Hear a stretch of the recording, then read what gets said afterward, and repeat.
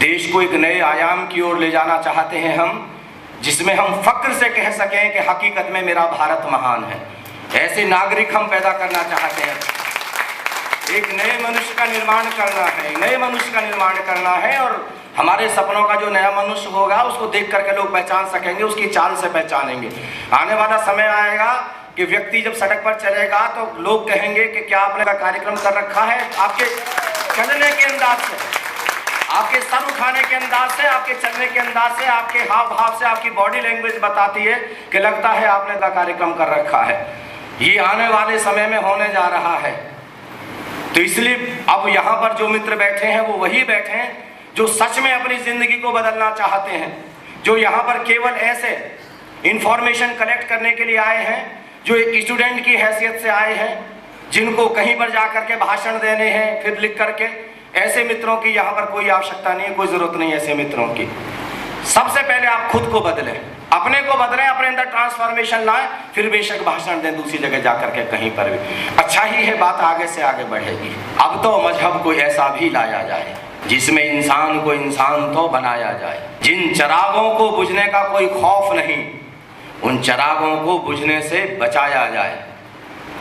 तेरे और मेरे बीच हों ऐसे रिश्ते, घर में रहूं भूखा तो तुझसे भी ना खाया जाए। और घर से बड़ी दूर है मस्जिद, चलो यूं कर लें, एक रोते हुए बच्चे को हंसाया जाए। कैसे हंसा सकते हो एक रोते हुए बच्चे को, और कैसे रुला सकते हो एक हंसते हुए बच्चे को? कैसे किसी परिवार को आप बर्बाद कर सकते हैं और कैसे किसी परिवार को आप आबाद कर सकते हैं? कैसे किसी बच्चे को आबाद कर सकते हैं उसके जीवन को, और कैसे किसी बच्चे के जीवन को आप बर्बाद कर सकते हैं? कैसे आप किसी देश को बिना गोली चलाए बर्बाद कर सकते हैं, और कैसे किसी देश को आप बिना कुछ भी किए आबाद कर सकते हैं? जैसे अंग्रेजों ने चाल चली, मुगल शासकों ने चाल चली, विदेशियों ने जिन्होंने भी भारतवर्ष के ऊपर आक्रमण किया, उन सब ने चाल चली हमारी बर्बादी की, और वो चाल बड़ी गहरी थी। अब हमको हकीकत में वह चाल चलनी है जो भारतवर्ष को चलनी चाहिए थी कभी। भारतवर्ष के पास जितना टैलेंट है धरती पर, उतना टैलेंट अभी भी किसी के पास नहीं है। उसके बावजूद भी हमारे हाथों में कटोरा है, उसके बावजूद भी हम ऐसे रेंग रेंग करके कीड़े मकोड़ों की तरह जी रहे हैं। हमारे जैसा टैलेंट कहीं पूरी दुनिया में मौजूद नहीं है, और उसके बावजूद भी हम पिछड़े रह जाएं। कहीं ना कहीं तो बात होगी ना। एकमात्र तरकीब, अगर आप किसी रोते बच्चे को हंसाना चाहते हैं, किसी परिवार को आबाद करना चाहते हैं, या किसी देश को आबाद करना चाहते हैं, आप उस बच्चे को संकल्पवान बना दें। आप उस बच्चे के भीतर की इच्छा शक्ति को जगा दें, उसकी विल पावर को जगा दें, उसके भीतर एक संकल्प भर दें कूट कूट करके। जैसे शिवाजी की मां ने, जीजाबाई ने शिवाजी के भीतर भरा, जैसे चंद्रशेखर आजाद की मां ने चंद्रशेखर आजाद के भीतर भरा, ऐसे ही संकल्प जैसे शहीद आजम भगत सिंह की मां ने शहीद आजम भगत सिंह में कूट कूट करके भरा, और जैसे श्री गुरु गोविंद सिंह जी को पालने वाली श्री गुरु गोविंद सिंह जी की मां ने श्री गुरु गोविंद सिंह जी के भीतर एक संकल्प कूट कूट करके भरा। ऐसा संकल्प और ऐसी इच्छा शक्ति अगर हम भी भीतर भर दे बच्चों के कूट कूट करके, बच्चे आबाद हो जाएंगे।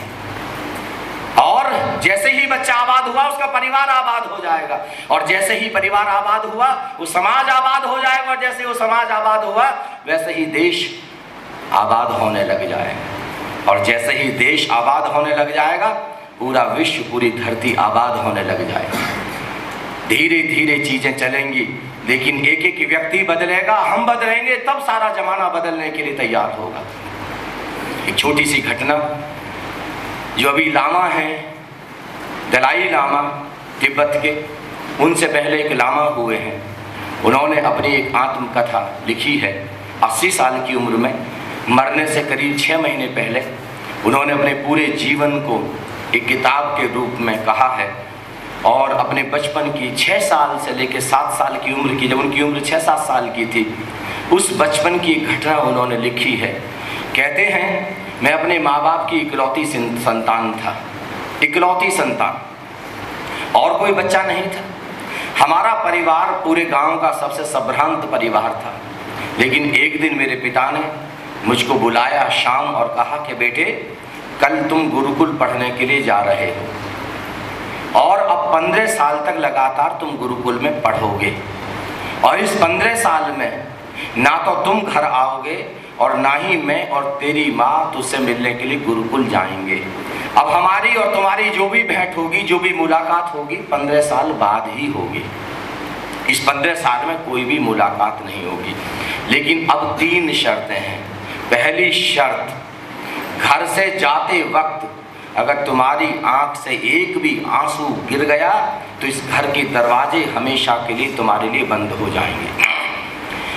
फिर कभी इस घर में तुम्हारे लिए कोई जगह नहीं होगी, क्योंकि सदियों सदियों में भी, युगों युगों में भी, पीढ़ियों दर पीढ़ियों में हमने अपने पूरे खानदान में आज तक एक ऐसा बच्चा पैदा ना किया जो अपने कैरियर को बनाने के लिए निकला हो और जो इतना दीनहीन, इतना कमजोर, इतना दरिद्र हो कि उसकी आंख से एक भी आंसू गिर जाए।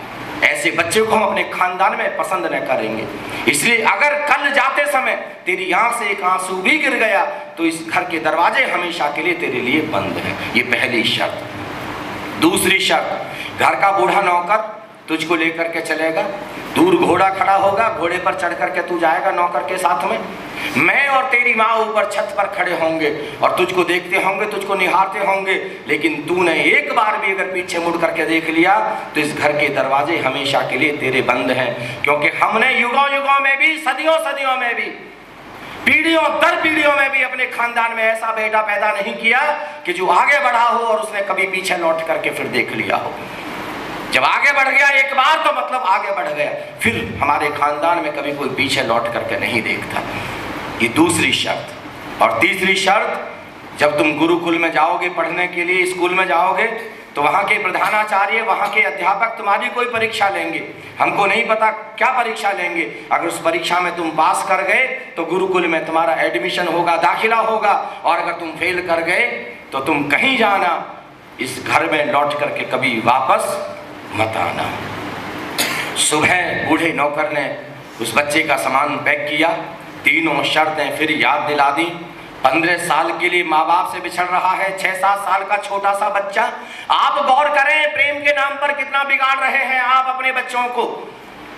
कोई संकल्प पैदा नहीं कर रहे आप अपने बच्चों में, कोई संकल्प। 12वीं क्लास में पढ़ने वाला बच्चा भी आपका यहाँ पर कार्यक्रम अटेंड करने के लिए राजी नहीं होता बिना माँ के और बिना पिता के। आपने इतना लचर पचर बना दिया है बच्चों को, इतना लचर पचर बना दिया। प्रेम के नाम पर, लाड़ के नाम पर कोई संकल्प आपने पैदा नहीं किया बच्चों में। बच्चों को आप एक ब्रेड तक खरीदने के लिए बाजार में नहीं भेजते। क्या बिगड़ जाएगा आपका? 20 रुपए बर्बाद हो जाएंगे ना, कहीं 100 रुपए का नोट डाल करके चला आएगा ना। लेकिन अगर आप 20 रुपए की ब्रेड खरीदने भेजते, बच्चे को आदत पड़ती। छोटे छोटे निर्णय भी आपने नहीं लेने दिए बच्चों को। एक छोटी सी 200 रुपए की टी शर्ट खरीदने तक का भी डिसीजन नहीं लेने देते आप बच्चों को। इतना दीनहीन और दरिद्र बना रखा है आपने बच्चों को, और उम्मीद करते हैं कि मेरा देश महान होगा। आप कैसे उम्मीद करते हैं? कैसे देश महान होगा? ऐसे देश महान नहीं हो सकता है। छोटे छोटे बच्चों पर गौर करना है हमको। छोटे छोटे बच्चों पर एक एक घर में जाना है, एक एक घर का चिराग जलाना है हमको। वक्त आ गया है, वक्त आ गया है। हाथ पर हाथ धरे बैठे रहने का वक्त नहीं है। दिल से नफरत को मिटाओ तो कोई बात बने, उजड़े गुलशन को सजाओ तो कोई बात बने। यूं ही चुप बैठे रहने से बढ़ जाती हैं अक्सर दिलों की दूरियां। अजी कुछ बोलो बतलाओ तो कोई बात बने। यूं ही हाथ पर हाथ धरे बैठे रहने से क्या होगा? उठो, अपनी किस्मत को जगाओ तो कोई बात बने। और फूल तो भाते हैं सभी को यारो, लेकिन बाग में पौध लगाओ तो कोई बात बने। एक पौध लगानी, नई पौध लगानी है, और ये बच्चों से शुरुआत करनी है हमको। बूढ़ा नौकर लेके चला, तीनों शर्तें याद दिला दी। इच्छा होती है 15 साल के लिए बिछुड़ रहा हूं, जी भर के रो दूं, आंखों में आंसू आना चाहते हैं, आंखें डबडबाना चाहती हैं, लेकिन चुनौती याद आ गई, शर्त याद आ गई कि अगर आंख से एक भी आंसू गिर गया तो घर के दरवाजे हमेशा के लिए बंद हो जाएंगे। और जितनी बड़ी चुनौती उतना ही बड़ा संकल्प हमारे भीतर पैदा होता है। नहीं रोना था तो नहीं रोया। बूढ़ा नौकर लेकर के चला है, दूर घोड़ा खड़ा है, पता है माता और पिता ऊपर बैठे हैं, छत पर हैं, देख रहे हैं। इच्छा होती है एक बार तो माँ बाप को देख लूं आंखें भर के, लेकिन फिर शर्त याद आ गई। अगर पीछे मुड़ करके देख लिया तो घर के दरवाजे हमेशा के लिए बंद हो जाएंगे। और फिर जितनी बड़ी चुनौती उतनी ही बड़ी आत्मा भीतर पैदा हो गई। नहीं देखना था तो नहीं देखा, लौट करके बैठ गया घोड़े पर, चल दिया। कुछ घंटे का सफर करने के बाद गुरुकुल में पहुंचा। गुरुकुल के प्रधानाचार्य से भेंट हुई और बूढ़े नौकर ने कहा कि अच्छा बच्चे, मैं चलता हूँ, क्योंकि मेरे रहने का तो कोई भी लाभ नहीं है, क्योंकि तुम परीक्षा में पास हो गए तो गुरुकुल में तुम्हारा एडमिशन होगा, और फेल हो गए तो घर तो तुम लौट करके जा नहीं सकते। एक सहारा था बूढ़ा नौकर, वह भी विदा हो गया। छोटा सा बच्चा। प्रधानाचार्य ने, प्रिंसिपल ने कहा कि अब मैं तुम्हारी परीक्षा लूंगा। गुरुकुल के गेट पर एक स्टूल रख दिया। उस स्टूल पर उस छोटे से 6-7 साल के बच्चे को बैठा दिया और कहा कि तुम्हारी परीक्षा ये है कि अपनी अब आंखें बंद कर लो, और जब सकता कम से कम आंखें खोलकर देखूं तो सही कि खिलौना शहर में होता कैसे है। लेकिन चुनौती याद आ गई, शर्त याद आ गई कि आंखें खोली तो परीक्षा फेल कर जाऊंगा। और जितनी बड़ी चुनौती, फिर उतना ही बड़ा संकल्प भीतर पैदा हो गया कि नहीं, आंखें नहीं खोलनी, नहीं तो ना गुरुकुल में दाखिला होगा और ना ही घर में वापस लौट सकूंगा। 4 घंटे बीत गए। एक मिठाई बेचने वाला आया। बच्चे ने सोची शहर में पता नहीं कितनी अच्छी अच्छी मिठाई क्यों ना होती होगी, देखूं तो सही, आंखें भर के अगर खरीद नहीं सकता। लेकिन फिर शर्त याद आ गई, फिर चुनौती, और उतनी ही बड़ी आत्मा भीतर पैदा हो गई। आंख नहीं खोलनी थी तो नहीं खोली। और फिर गुरुकुल की छुट्टी हुई। बच्चे शरारती बाहर गेट के आए। कोई बच्चा इसका कुर्ता खींच लेता, कोई धोती खींच लेता, कोई इसके बाल नोच लेता, और कोई इसको टोला मार देता। इच्छा होती आंख खोल के देखूं कौन शरारती बच्चा है, 2 तमाचे कस के लगाऊं। लेकिन फिर चुनौती याद आ गई कि आंखें नहीं खोलनी थी तो नहीं खोली आंखें। 6 घंटे बीत गए। छोटा सा 6-7 साल का बच्चा आंखें बंद किए बैठा है। आप देखें, आपको आंखें बंद करने के लिए कहा जाता है, 6 मिनट आंखें बंद नहीं कर पाते। जन्मों जन्मों के विचार चल रहे हैं, उन विचारों को कैसे कहोगे बंद हो जा, इतना सा भी संकल्प नहीं है। और फिर मुझसे प्रश्न भी पूछेंगे कि मन परेशान कर रहा है, विचार परेशान कर रहे हैं, विचार थमते नहीं है, सिमरन में दिल लगता नहीं है, कुछ होता नहीं, होगा कैसे? संकल्प है क्या? भीतर है कोई ताकत? भीतर है कोई इच्छा शक्ति? भीतर कोई दमखम है? लचर पचर ऐसे जी रहे हैं, कीड़े मकोड़ों जैसी जिंदगी। अभी इंसान बने हैं, सब कुछ है फिर भी कुछ कर सकते, सब कुछ है फिर भी कुछ खो रहा है आदमी। होना क्या था और ये क्या हो रहा है आदमी। इस तरफ कुआं और उस तरफ खाई है, बीच में तलवार पर चल रहा है आदमी। चाहे जो कर सकता है और चाहे जो बन सकता है, बस आदमी भर हो नहीं पा रहा है आदमी। जब तक आपके भीतर संकल्प पैदा नहीं होता तब तक आप इंसान नहीं बने। पशु है, पशु ऐसे चले जा रहे हैं, प्रकृति खींचे चली जा रही है आपको। मनुष्य होने का मतलब ही है कि आप जिस चीज का चाहें चुनाव कर लें, ये मनुष्य होने का मतलब है। जब तक किसी में संकल्प नहीं है वो इंसान कहलाने के लायक नहीं है। जब तक किसी के भीतर इच्छा शक्ति नहीं है तब तक आप इंसान कहलाने के लायक नहीं है। आप डिप्रेशन में चले जाते हैं, आपको तनाव घेर लेता है, आपको अशांति घेर लेती है, आपके चारों तरफ दुखों का पहाड़ टूट जाता है। क्या है आप इतने लचर पचर? कैसी कैसी चीजों के लिए आपने खुद को डस्टबिन बना रखा है, कूड़ेदान बना रखा है कि सारी दुनिया का कूड़ा आपके अंदर डाल दिया जाए। सारी दुनिया के दुखों का कूड़ा, अशांति का कूड़ा कोई भी आएगा और डाल करके चला जाएगा और आप कूड़ेदान बने रह जाएंगे और खुद को कहेंगे कि हम डिप्रेशन में हैं और डॉक्टर्स के पास इलाज कराता फिरेंगे। डिप्रेशन नाम की कोई बीमारी होती ही नहीं है, ये डिसीज ही नहीं है, ये आपने जानबूझ करके अपने ऊपर ओढ़ी हुई है। अभी आने वाले सेशंस में मैं इसको बिल्कुल क्लियर कर दूंगा।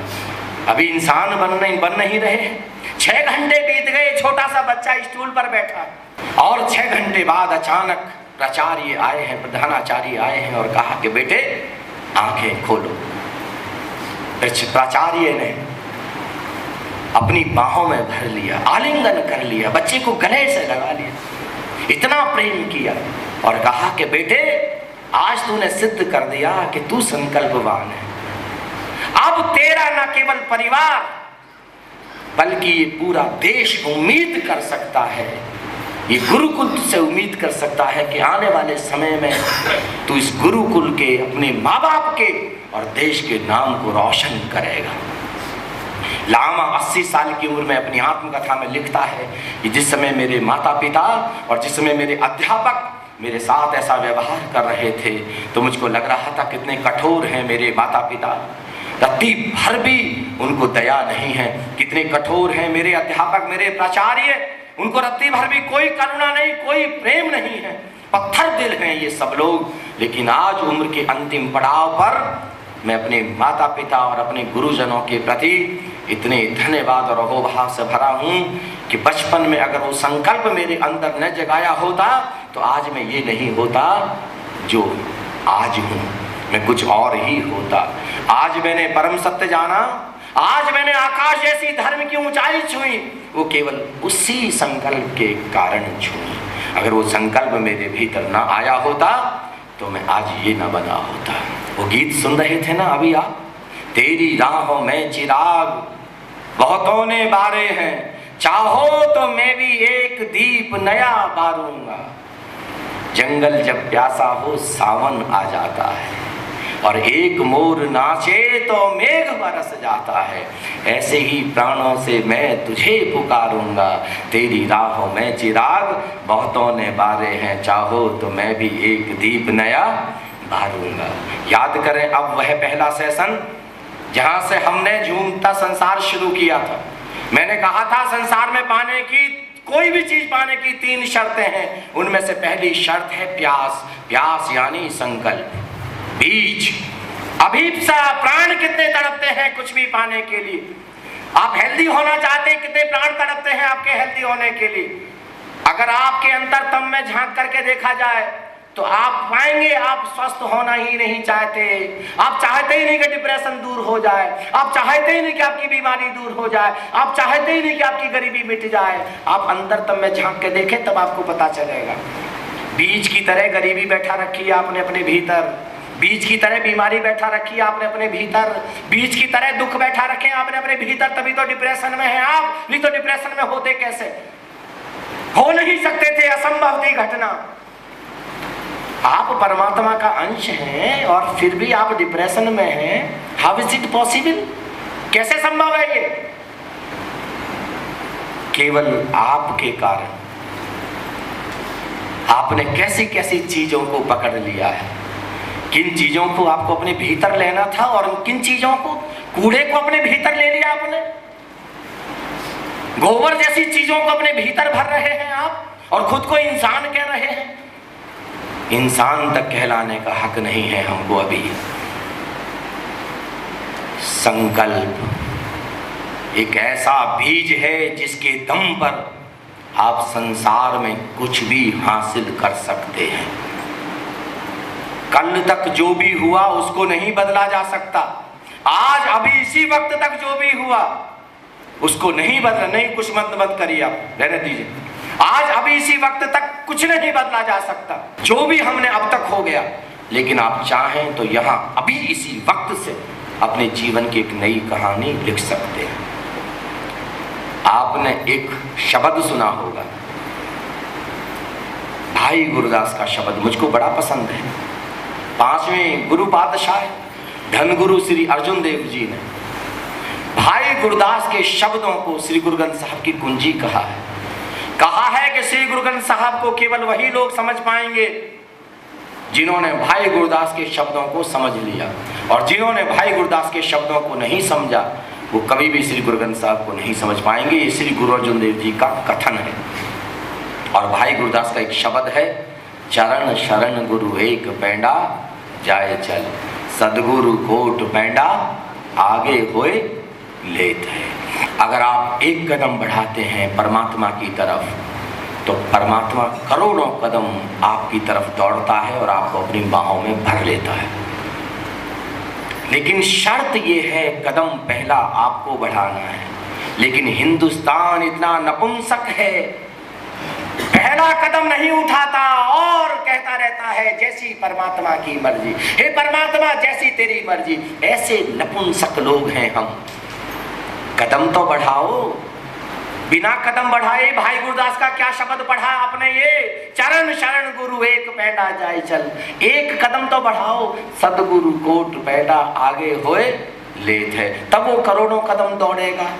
नहीं तो करोड़ों कदम क्यों दौड़ेगा वो? आपने पहला कदम ही नहीं बढ़ाया। शर्त तो मंजूर कर लीजिए, पहले शर्त यह है कि पहला कदम आपको उठाना है और यहां से आपका भाग्य निर्मित होगा।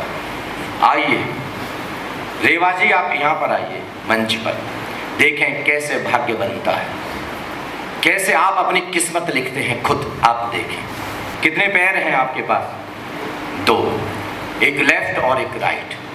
दोनों पैर में से कोई भी एक पैर घुटने से मोड़ करके ऊपर खड़ा कर लीजिए। कर लिया? कर लीजिए।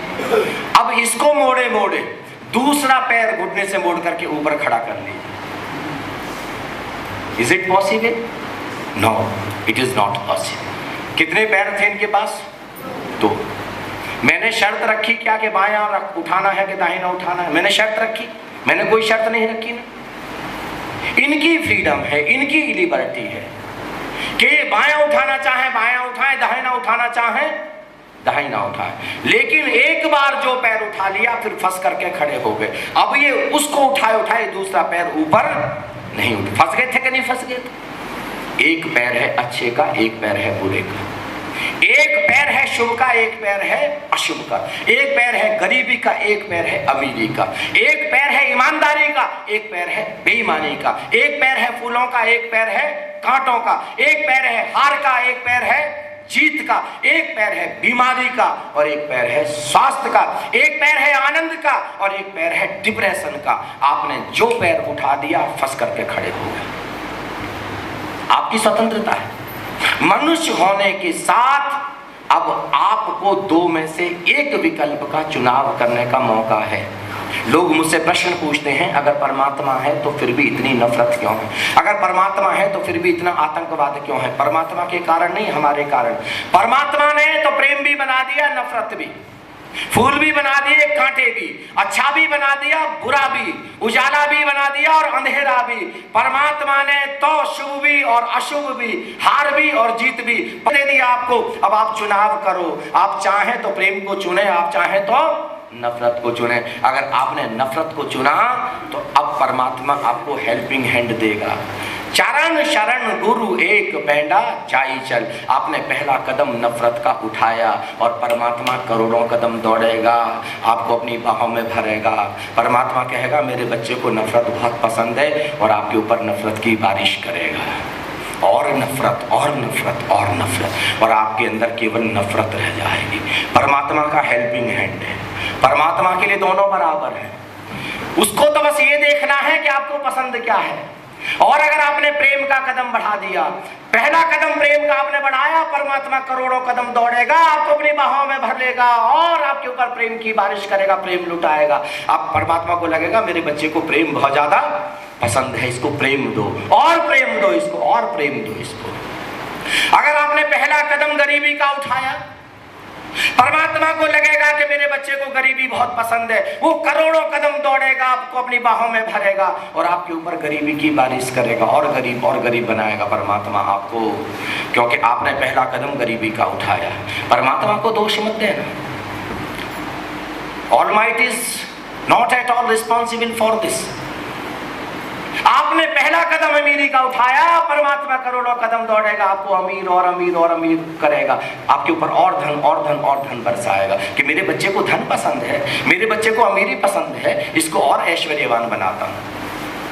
अगर आपने पहला कदम बीमारी का उठा दिया, परमात्मा करोड़ों कदम दौड़ेगा, आपको और बीमार और बीमार और बीमार करेगा। परमात्मा को लगेगा मेरे बच्चे को डिप्रेशन पसंद है, मेरे बच्चे को बीमारी पसंद है, और दूंगा और दूंगा और दूंगा। परमात्मा लुटाएगा बीमारी आपकी। डिप्रेशन में और आते चले जाएंगे आप, बीमार और होते चले जाएंगे आप, पूरा खानदान होता चला जाएगा बीमार आपका। फिर अगर आपने दुख का कदम उठाया तो और दुख और दुख, सुख का कदम उठाया तो और सुख और सुख और सुख। परमात्मा का हेल्पिंग हैंड मौजूद होगा, जो भी कदम उठाएंगे उसमें मौजूद होगा। इसलिए आज आप जो भी हैं अपने कदम उठाने के कारण है, और वही आपकी इच्छा शक्ति है, वही आपका बीज है, वही है आपका बीज। लेकिन अगर अब आपको समझ आ रहा है तो अब यहां से बाजी पलट सकती है। अगर आपको समझ में आता है बेहोशी के क्षणों में मैंने गलत कदम उठा दिया है, मैंने कांटों भरा कदम उठा दिया इसलिए मेरी राहों में कांटे बिछ रहे हैं, मैंने नफरत भरा कदम उठा दिया इसलिए मुझको नफरत मिल रही है, मैंने गरीबी का कदम उठा दिया इसलिए गरीबी आ रही है मेरे पास में, मैंने बीमारी का कदम उठा दिया इसलिए मेरे पास में बीमारी आ रही है, मैंने ऐसे ही दुख भरा कदम उठा दिया और दुख आ रहा है, मैंने हार का कदम उठा लिया और मेरी जिंदगी में हर कदम पर हार मिल रही है, मैंने अपमान का कदम उठाया और हर कदम अपमान मिल रहा है मुझको। ये बात अगर समझ आ रही है तो फिर अब आप क्या कर सकते हैं? कदम बदल सकते हैं कि नहीं बदल सकते? अगर अब समझ में आता है कि ये कदम गलत उठ गया, ये अब तक का भाग्य बन गया था, ये हार का कदम उठा दिया, अगर उन्होंने ये बीमारी का दुख का कदम उठा दिया, लेकिन अब वो जीतना चाहते हैं, अब सुखी होना चाहते हैं, स्वस्थ होना चाहते हैं, आनंदित होना चाहते हैं, अब गौरी शंकर छूना चाहते हैं, ये बात अब समझ में आ गई है और एक नया कदम उठाना चाहते हैं, परमात्मा को एक नया संकेत देना चाहते हैं, नया कदम उठा करके तो कैसे कर सकते हैं? इस कदम को नीचे कर दें, जीत का कदम उठा दें। Let's acknowledge this reverse. यहाँ से अब भाग्य लिखना शुरू हो जाएगा, यहाँ से अब नया भाग्य लिखना शुरू हो जाएगा। जैसे ही परमात्मा को संकेत मिला कि मेरे बेटे ने अब गरीबी का कदम वापस रख दिया, अमीरी का कदम उठा दिया, अब कहेगा परमात्मा लो करोड़ों कदम दौड़ूंगा और अब तुम्हारे ऊपर धन बरसाऊंगा।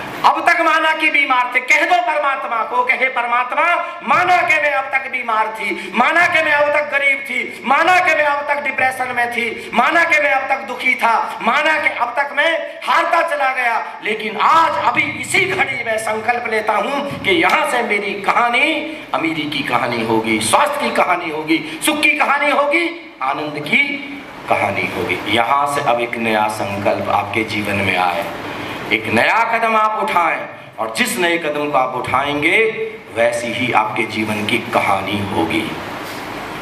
इसलिए आप ना तो अब तक किसी दुनिया के व्यक्ति को दोष दे सकेंगे और ना ही कभी आगे दे सकेंगे। आपको जो भी मिल रहा है आपके संकल्प के, आपकी इच्छा शक्ति के कारण मिल रहा है। ये पत्नी जो मिली आपको, ये इच्छा शक्ति के कारण मिली, ये पति जो मिला इच्छा शक्ति के कारण मिला आपको, ये सारे दुख और ये सारे सुख, ये सारे फूल और सारे कांटे, ये सारी हारें और सारी जीतें आपको केवल अपने कारण मिली है। आपने इस जन्म में इच्छा की हो या किसी पिछले जन्म में इच्छा की हो, बिना इच्छा शक्ति के कभी भी कुछ मिलता नहीं है। यहाँ पर आप जो भी इच्छा शक्ति करेंगे वही मिलता है, आपको वही मिलता है। बदलें अपने बीज को, बदलें। Now change your seed from this very moment. इसी घड़ी इसी पल बदले। अगर आपको बात समझ में आ रही है, संकल्प के मैं कुछ बिंदु आपको बताने जा रहा हूं। 7 बिंदु हैं, नोट कर लें आप। 7 बिंदु, अगर आपके पास डायरी है, नहीं तो बाद में आप नोट कर लीजिएगा, फिर उसके ऊपर मैं डिस्कशन करता हूं। सबसे पहला बिंदु है समझ, अंडरस्टैंडिंग, इंटेलिजेंस। दूसरा बिंदु है साहस, करेज। तीसरा बिंदु है डिसीजन मेकिंग, डिसीजन, निर्णय, यानी कमिटमेंट, यहां से आएगा। 4th point is declaration, sharing, declaration of the commitment, declaration of the decision. First point is समझ, इंटेलिजेंस, अंडरस्टैंडिंग।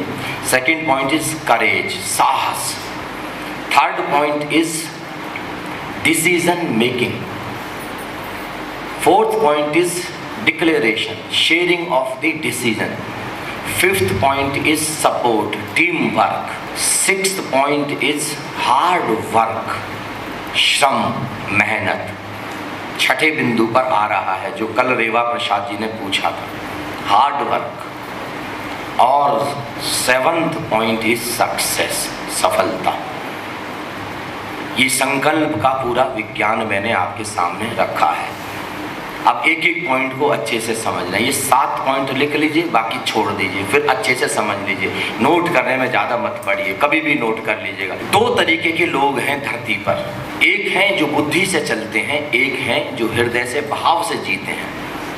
कुछ बुद्धि से जीने वाले लोग हैं और कुछ भाव से जीने वाले लोग हैं। कुछ बहुत ही इमोशंस में जीते हैं, बड़े भावुक हैं, बड़े इमोशनल हैं, और कुछ हैं जो बड़े तार्किक हैं, बड़े लॉजिकल हैं, बड़े रेशनल हैं।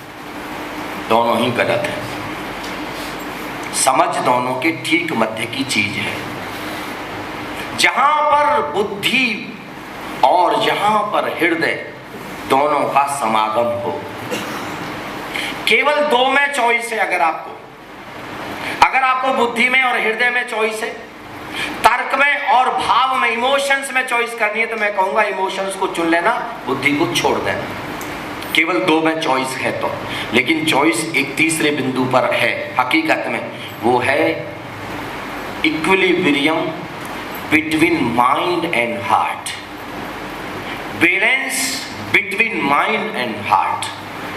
मन और हृदय के बीच का एक बिंदु है, जहां पर आपका हृदय गवाही देता है और तर्क पर भी बात फिट बैठती है आपके। कुछ लोग हैं जो तर्क पर जीते चले जाते हैं, विचार करते चले जाते हैं, विचार करते चले जाते हैं, सोचते चले जाते हैं, सोचते चले जाते हैं, सोचते चले जाते हैं, जिंदगी भर सोचते चले जाते हैं। मेरे कितने सारे ऐसे लोग हैं मेरे परिचय में। हिसार में एक अजय गोयल हुआ करते थे, वो बस हमेशा बिजनेस करने की सोचते थे। उनके पास में बिजनेस के सैकड़ों आइडियाज होते थे, और उनके आइडियाज पर चल करके लोगों को मैंने करोड़पति बनते देखा, और वो अभी भी अपने 2 वक्त की रोटी के लिए जद्दोजहद कर रहे हैं। कम से कम 15 साल हो गए मुझको उनको देखते हुए।